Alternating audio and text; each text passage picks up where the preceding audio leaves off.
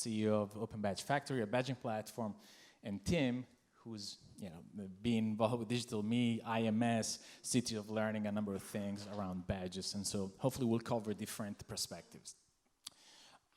I work for Digital, which is a digital credential platform. We're based in Ireland. We do a lot of work in Australia. But I've also had the opportunity to really consult the European Commission on a number of projects around education and to some extent the digital agenda for education in Europe.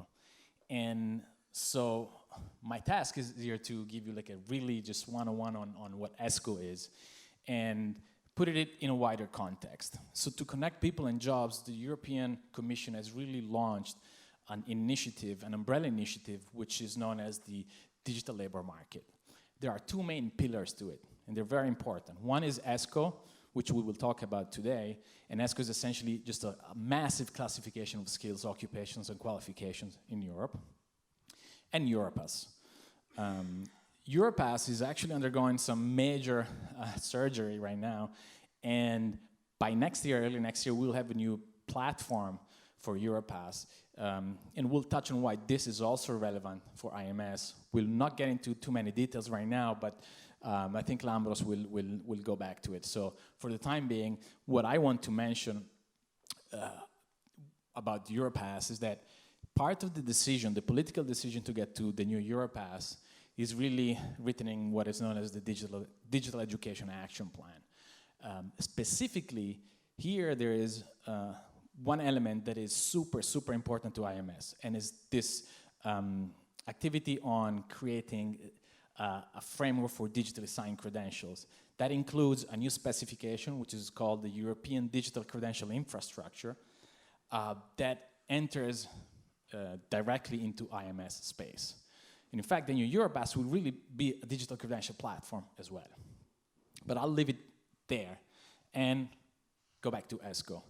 I thank Ninke for setting up this whole metaphor on language because it's very fitting here, and gives me an opportunity to crack an ESCO joke that I really cannot do while I'm in Brussels. But ESCO, as an acronym, really has a meaning in Italian, in the Italian language. There is probably one Italian here in the room, right? So, and it means to leave. But also, it could mean get out.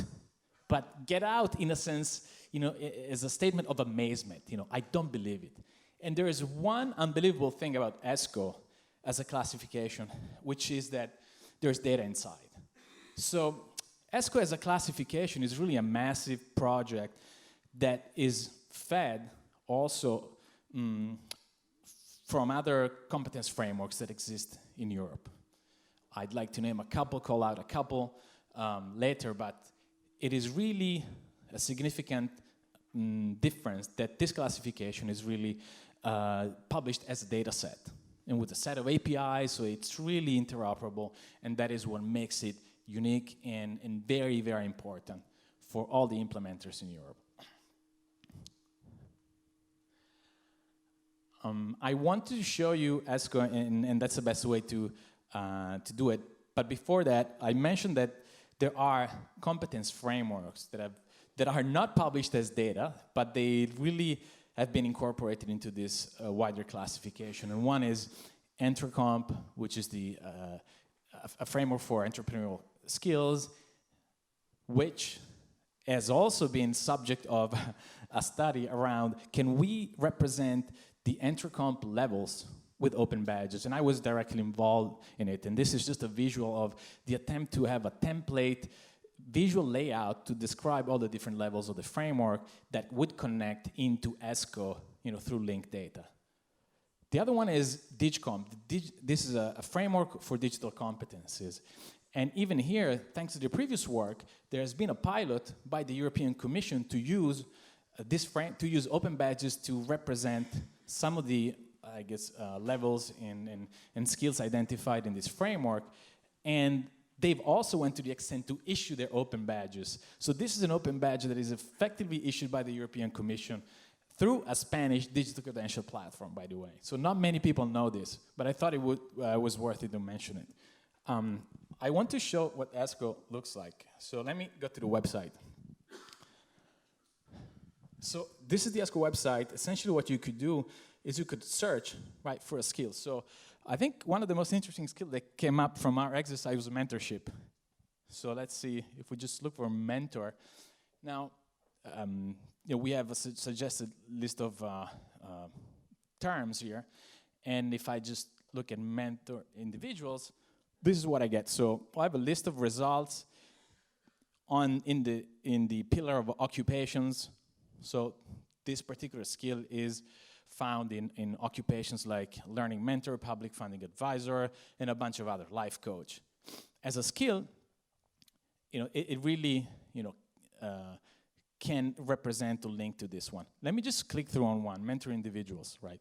So Asco as a description, very articulate. There's a taxonomy and a structure to this information here, but the link to jobs, and that's what's interesting for us, is really when it comes to some of the occupations that it's connected to, and this is where you go from from skill to an occupation, and so this one is I guess an employment agent. And the description of the occupation lists out all the skills and that you can actually go back to, click through. So just to show you, and there is 13,000 skills that map to 3,000 occupations in Asco right now. So I mentioned Digicomp earlier, and just to show you how that framework has been taken into Asco, here it is. So you can actually look for the structure of digital skills in Asco, and you'll be able to click through them. If you look at this one particularly, it is described through the structure, and I won't spend too much time on it, but just to show you that among the tools and resources there is APIs that you could use to do crazy things, and that's what I guess some of our panels will show. So it is really an important, significant move here in Europe that we have, and I think it's very relevant to IMS. Before I hand it over to our panelists, I'd like to show just a short clip, so we just break between me and the rest of the panelists. And this is about Asco.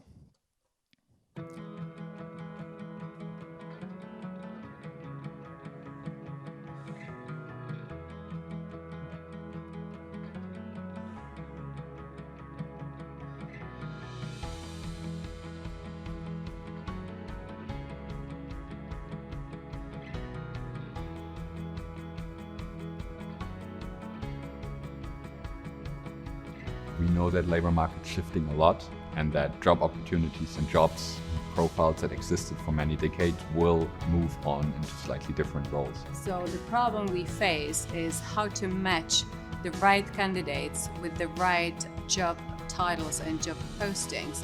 And that's what the companies will have to deal with when it comes to evaluating the right candidates with the right skills for the right jobs.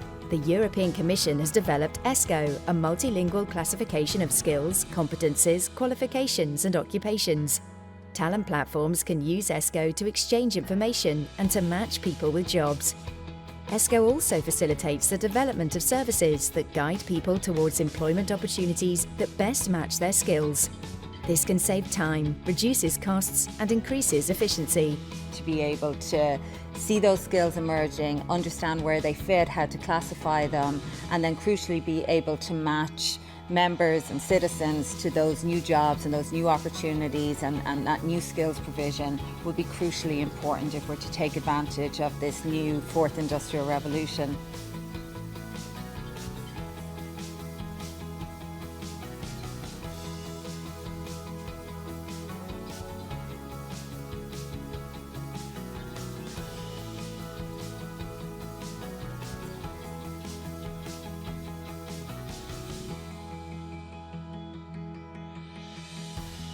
It's all about working and understanding the big data for that, and that's exactly what ESCO is trying to solve for. One element that makes it different to the other competence and skill frameworks that are out there is that it's translated professionally in all of these different languages. This partnership between LinkedIn and ESCO has hopefully helped both ESCO and LinkedIn to better understand how to analyse, classify and think about skills, and ultimately, hopefully, that will be for the benefit not only of LinkedIn members, but for European citizens as well.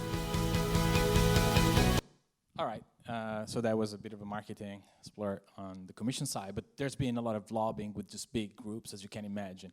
So it is relevant. Let's look at how ESCO was, it's being implemented or used in the context of what, we do at IMS. And so I'd like for Eric to come up here and show us how Open Badge Factory has really integrated ESCO into their platform. Thank you, Simone. Yes. Yeah, so the first thing I would like to say about ESCO for Open Badge Factory, our customers are now more and more interested about developing what we call badge ecosystems. So there is not yet, I would say, it's a straight way between the badge and employability. ESCO is bringing this dimension. It's very interesting. But there is also, I would say, for many badge issuing organizations, the need to set up a common language for this ecosystem. So common competencies. In this way, for example, in Finland, ESCO is becoming now a very important, let's say, framework. But I think in France, they are also starting to get interesting about that. So our solution was, in Open Badge Factory, we have had, according to the standard, the possibility to set up alignments. So alignments, you can see here, you can create manually alignments, you can give a name, you can point to some competence framework with a URL, or set up a description. So we have had that a long time. Now, the question was how to make this easy for users. So the easiest way is to go to the badge. Let's have, you are creating a badge here, or you can set up an image in the badge. Okay, let's take this image. You can put it here, a title, a description, and the idea that you can pick your competencies straight from ESCO here. If you are using Open Badge Factory in English, then the system will propose ESCO in English. Here you can search. For example, there is mentor. In your example, mentor and search with occupation. So if you want to add an occupation, the learning mentor occupation here in your badge, you just click here. Oh, sorry, I'm a Mac person, so you just click here and pick it. Now it's in the badge. So it will be displayed, when you will display the badge, this information will display inside the badge. And you can add as many pointers to ESCO as you want. So now if I want skills, and I go to mentor, I search, and you see here different kind of skills. In the same way you can add the skills. And of course you can here change the languages. The problem with ESCO is that, let's take in French for example. Let's say, for example in French, projet. Let's take a French word, and it will find in the French title. The problem is that the descriptions are mostly in English at this moment. So it's a big job that they have to do yet in ESCO, and it's usually our customers say, okay, it's nice, but it's still in English. Oh. Now, one interesting thing in Open Badge Factory, it's when you add these pointers to ESCO, you basically get them also, if I save this badge, you get them on the alignments library. So you can basically build your own internal framework using these alignments. And here, if, let's say, a Finnish teacher would like to translate it, he or she can translate it here in Finnish. So we were thinking with Simone, it would be interesting to have a way back to propose a translation. So when the people get these competencies in Open Badge Factory, they could translate it and push it back to ESCO. I don't know, of course we have to think about technology and so on and policy about that. But why these two approaches? One approach is that, okay, badge creators can go straight to ESCO and pick the competencies they want. The other approach here would be that they could you could have a team setting with ESCO an internal, I would say, competence framework for your own needs. You don't have every time to go, every teacher have to go to create a badge and then you pick, this ESCO competency. They could be inside Open Badge Factory already. So we, until now, it's a very, let's say, simple integration. I know that my engineers would be very happy about this simple word, because it has not been very simple, because there is an open API, okay? But it's quite, ESCO is quite difficult to be integrated. There is a lot of work to be done to filter the great amount of information that there is in the system. So we had to work quite a long time not to get the connection to ESCO. It was easy with a REST API, but just to get a browser that any badge creator can really effectively use. Yeah, and now we have plans for using ESCO also in Open Badge Passport, which is a place where you can receive badges, because in the passport, when you search for badges, you could search for badges based on ESCO competencies. So you could have a list of competencies and then get the badges which are matching with competencies. Okay? Thank you. Thank you, Eric. Yeah, that's great. And so you can see how different platforms, either badging platforms, but also LMSs are, taking up ESCO, or integrating with it, as well as HR system. There's clearly a lot of work to do. The translation, ESCO supposedly is published in 27 different languages, so all the translations are not there, and this is a continuous improvement process. ESCO was launched 2 years ago, and there's an ongoing process to really get there and get it right. So next one up, I'd like to call up here Tim. He's done work around ESCO in a project where Lambros is also involved, but I'd like him to take a lead, and maybe you can hand the mic over to Lambros to finish off. Sounds good. Afternoon, everybody. Is that working okay? No? Oh, I'll use that. Okay. So first, I was just going to say quickly, it's the project we've been working on is an Erasmus Plus project. It's funded by the European Union. And it's about looking at how ESCO can increase the value of open badges to users.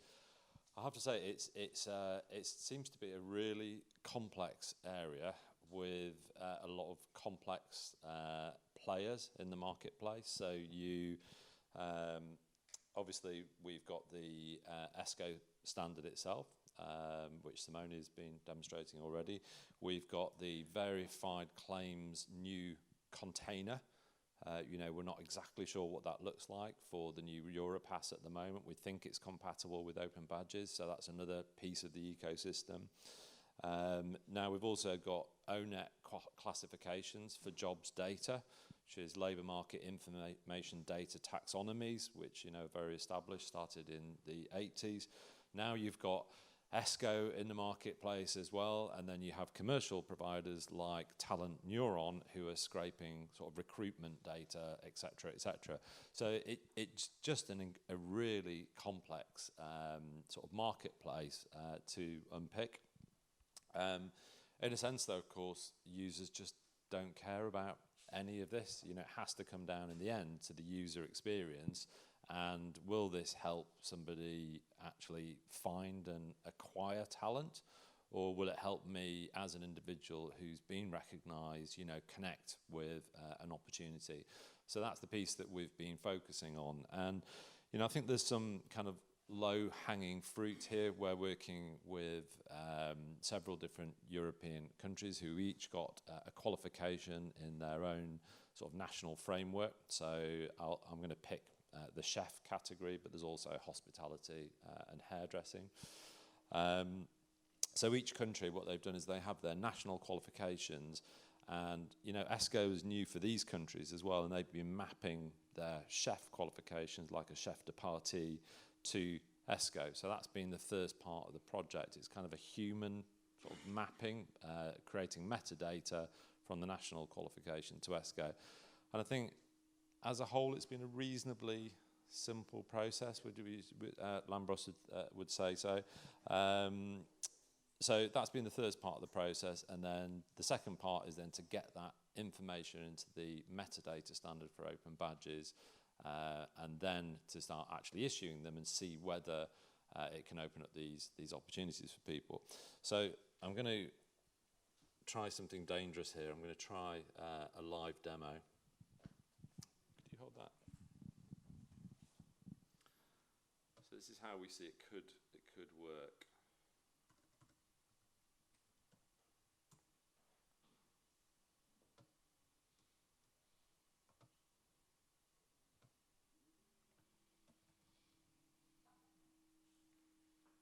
How do you get to the @ symbol on a PC keyboard? Does anybody know?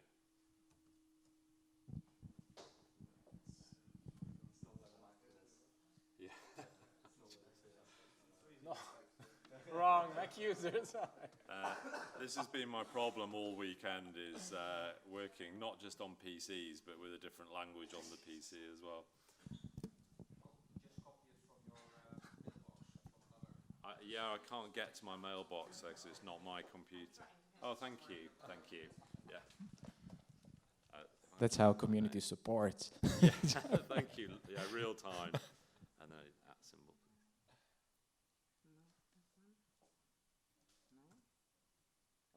And Were we talking about standards here? Is that what we're talking about?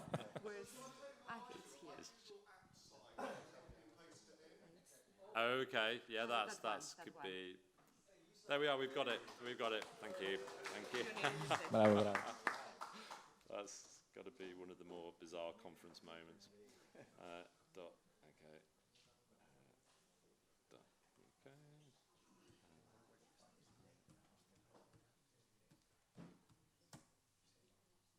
Okay, I'm in. Oh, that's good. So.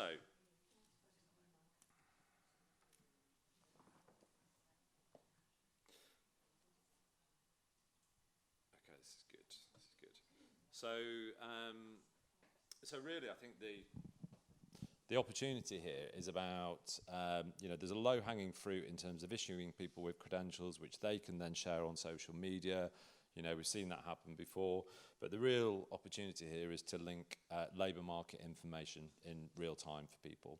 So this is something that Acclaim have done with Talent Neuron. So they've scraped data from various different sources. And from an individual point of view, if you've been issued a chef de partie badge, then you can see the live job opportunities. You can see where they're posted. You can then drill down into, let's say we want to drill down to France, update that location. And then you can see the job titles then. So you've got the metadata within the badge, but then it's linked to the labour market information. You can then see where those job opportunities are, which city they're in. You can also have a look at labour market information in terms of the pay range as well. So when individuals start to see that information in context, it really makes a big impact then in terms of, what that credential actually relates to in terms of a job role and a job possibility. And then on the badges, I think it's probably worth just reminding us again, in terms of you have the visual representation of a badge, but you have the tags here, and these are the tags that are then driving the labour market information system. So what we plan to do next is take the qualifications from each of the countries, tag their ESCO data within here, and then that will link through to the labour market information. And there's just one other thing I wanted to show you. You can click on each of these tags to get sort of jobs-based information. In terms of sort of trust and who stands behind a badge, if you click that, then that takes you through to, that's the alignment information, the alignment data, and that takes you through to the qualification authority that has, who's standing behind that credential. So you've got trust in terms of the qualification side, And then you've got this kind of real-time link in terms of labour market information, which gives individuals, it kind of makes it really real for individuals. 30 seconds.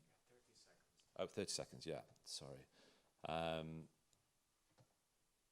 just to kind of reinforce that, if you sort of go down one level further, you actually see the jobs.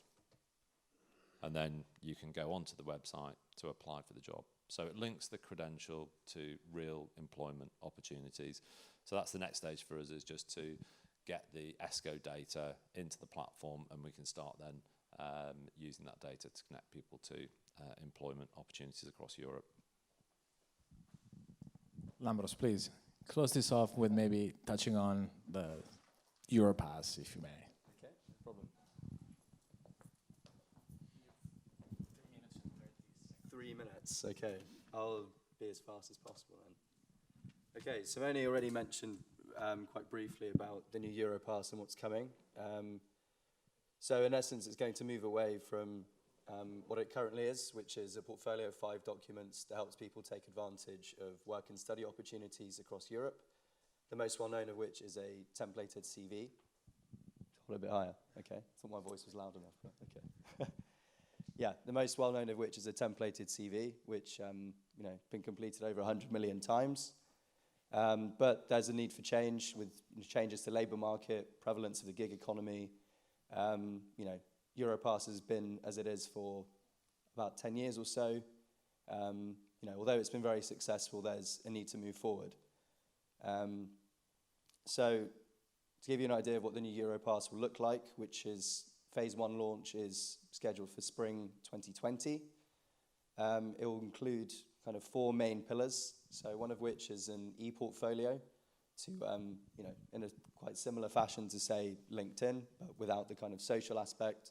You'll be able to kind of create your profile, store your information on there, add your credentials onto there that you've obtained.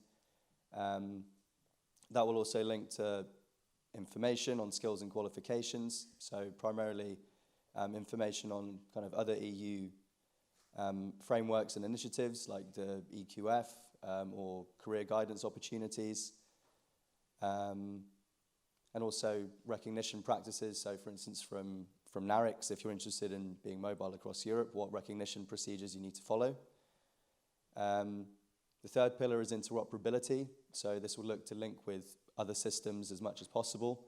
For the phase 1 launch, it's primarily going to link with the European Employment Service.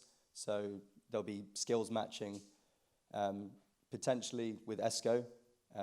That's not confirmed yet, still being tested, in part due to some of the shortcomings that Eric mentioned, the issues around translating it into 27 languages and implementing that in terms of skills matching for jobs or study opportunities, but the potential is there for it to be incorporated kind of behind the scenes in a very useful fashion, relatively similar to what Tim showed with the open badges. But the fourth pillar is potentially of most interest to everyone. So there's going to be a platform for digitally signed credentials, both for as an individual to be able to store those which you obtain, and also as an issuer. So the phase 1 of the new Europass will primarily be focused on higher education qualifications, primarily because it's the easiest way to start. Some institutions already have an infrastructure built in, but they can incorporate with this as much as possible. But the phase 2 is where it gets more exciting in terms of open badges and linking potentially then to ESCO, similar to, say, the work that me and Tim are doing, because it will move to recognition potentially of non-formal education and has a potential to really be useful for people in terms of employment and looking for further study opportunities. Okay. Great, thanks a lot. Nice, super good, you guys. Thanks a lot. I think in terms of if this session could send a message to IMS on where it should focus in the future in Europe, it's probably engaging with these initiatives, because there is really, I wouldn't call it an overlap, but an opportunity here to just anchor into Europe, get traction, and support that work, through the membership contribution. Thank you very much. You can talk to us offline.